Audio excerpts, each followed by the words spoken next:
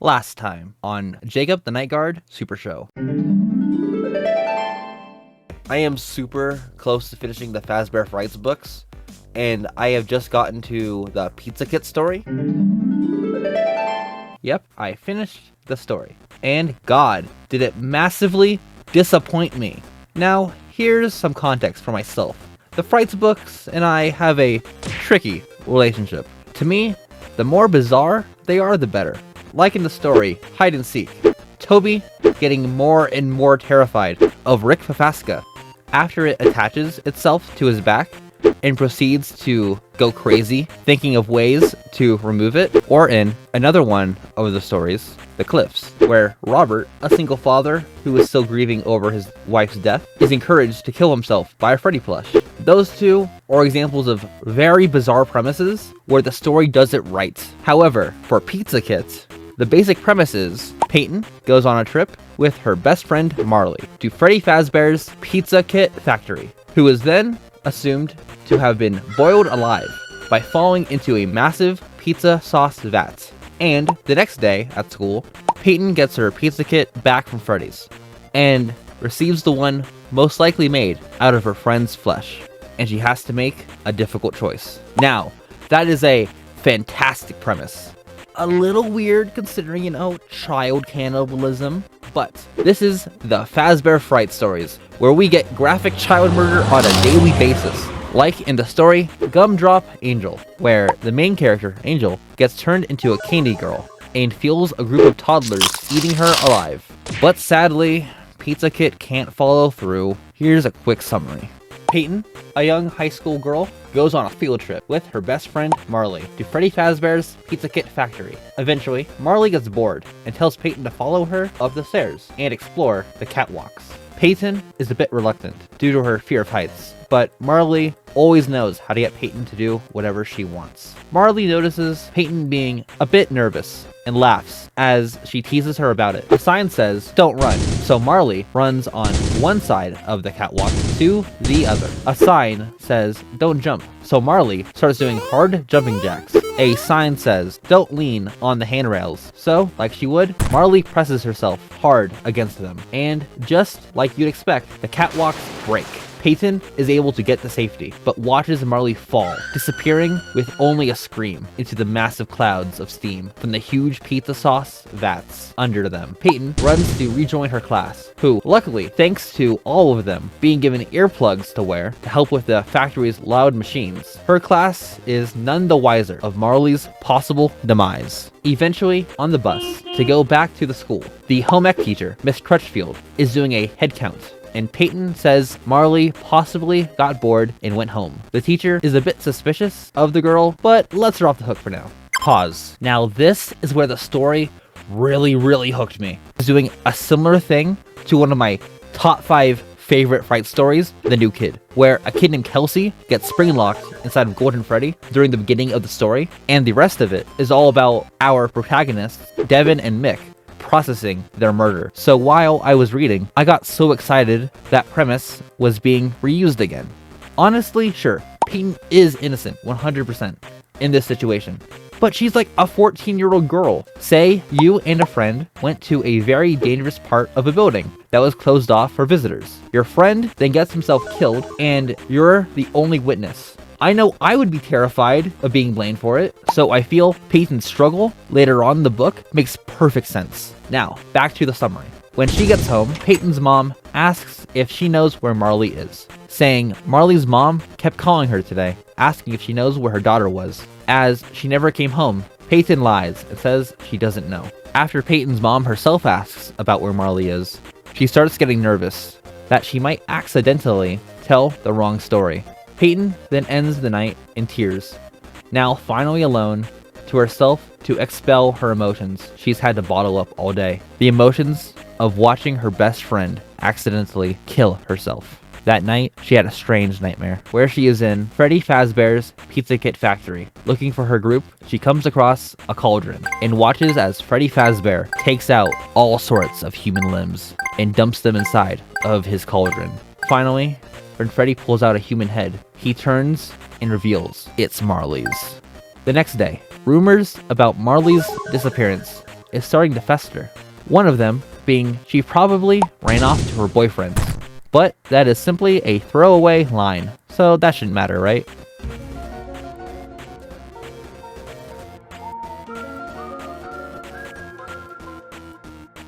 Eventually, near the end of the day, Peyton is called into the principal's office, where she sees her mother, but also a police officer. Peyton is scared.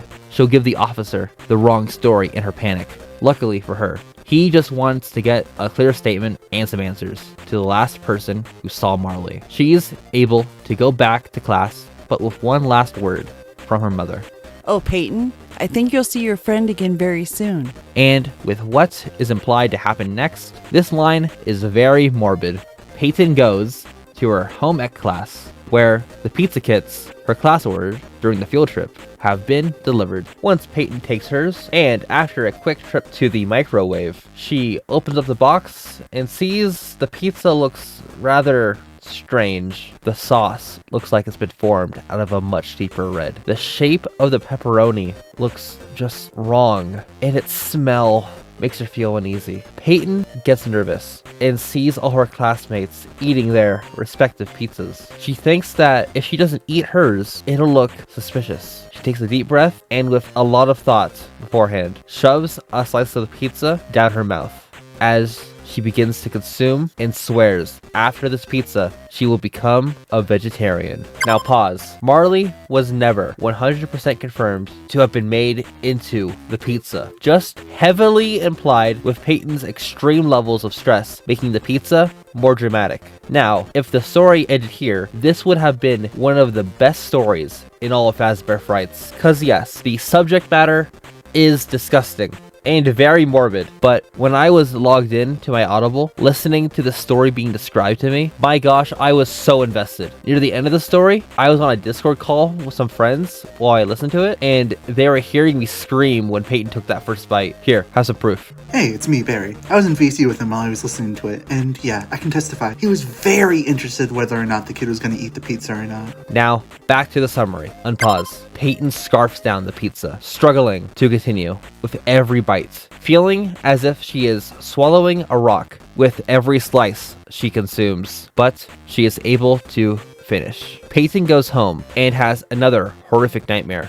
about Marley trying to crawl out of her stomach like a tapeworm, but she is able to wake up and feels a massive ache in her stomach. She runs to the backyard and throws up everything that she ate that day and goes back to her bedroom. Later that night, she hears the doorbell ring. Peyton, after her nightmare of Marley seeking revenge for her eating her, she is not thinking straight, and she thinks the creature ringing the doorbell is actually a Marley meat zombie seeking vengeance. So Peyton takes a trick out of Obi-Wan Kenobi's book and seeks the higher ground and begins to climb up the side of her house, making it to the roof. We then get probably one of the worst paragraphs in all of the Frights stories. I shall read it word for word from the text. Marley stood on the porch, waiting for the door to open. Being missing had been kind of fun. No school, no responsibilities, but hiding out in the pizza factory had started to get old. She missed her boyfriend, missed regular meals, and missed sleeping in her own bed. She had gone to see her boyfriend first, and now she's going to let Peyton know she was okay. Those visits were the first two phases of becoming unmissing. Then she would go back home for the required tearful reunion with her parents. Marley then rings the doorbell and spooks Peyton, causing her to slip and fall off the roof, snapping her neck right in front of Marley as she lands, as the book ends with a loud scream. Yeah, a loud scream, all right. My loud scream after I read this. So yeah, Marley wasn't ever actually dead. She did not fall into the vat of pizza sauce and later eaten by Peyton. She did not get hurt whatsoever after falling from a catwalk that was littered with danger signs to not fall from it like it was literally nothing, and just hid around the pizza kit factory for at least 4 days. Why? Just because she could. Now, yes, Marley was established to be a very ego-driven and all-about-me kind of character, but I feel this is a bit too far for her. The part that bothers me the most is they go out of their way to establish Marley does not like Freddy's. When Peyton said that she is excited about the field trip, Marley tells her off, saying that's for babies. While yes, she was given the earplugs from the tour guide, the machinery in that factory is still super loud. So who would want to be there overnight by choice? And I doubt it would be comfy. Marley makes fun of the tour guide's Chica hat, and she gets so bored, she just decides to go away from the tour and explore on her own. So Marley, the character, making the purposeful choice to spend at least 4 nights at Freddy's makes no sense to me at all. Wait, what if she was injured and had to stay there overnight to heal? Great counterpoint there, Stanley, but I simply reject your idea and substitute my own. If this high schooler, this 14-year-old girl, was able to just walk off basically a probably 20-foot fall on hard concrete, surrounded by dangerous loud machinery, and just get up after a couple days, I'm sorry, but that is just simply stupid. Oh, come on, Jacob. You're saying you believe in 14 theory, Fazgu, David is the mimic, God victim, and sea bonnies, but a kid getting up from a bad fall, that is where you draw the line for believability? Next, you're gonna say something stupid like balloon God theory. Stanley, I don't think you'll like one of my upcoming videos. I was joking.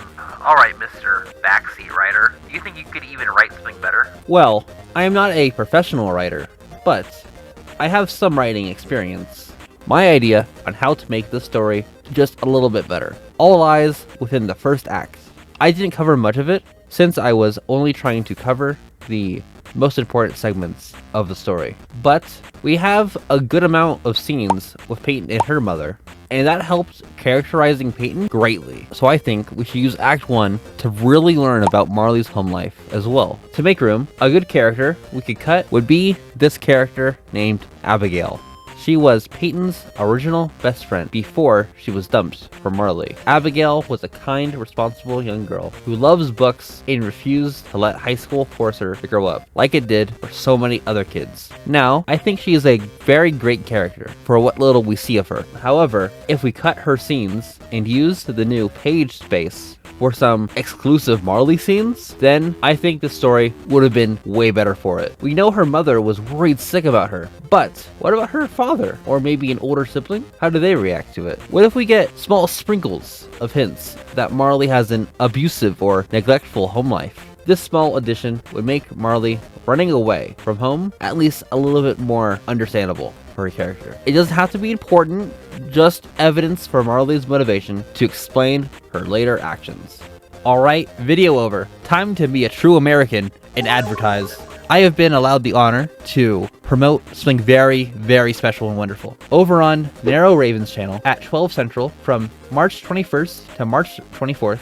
Tons of your favorite creators are working together with the charity One More Night Against Cancer. You don't gotta donate to help fight the cause, and just sharing the word of the stream to a friend could do a lot as well. Cancer has been something that has greatly affected my family for decades. So the 5 Nights at Freddy's community coming together to help the One More Night Against Cancer charity means a lot to me. Link to the live stream will be in the description.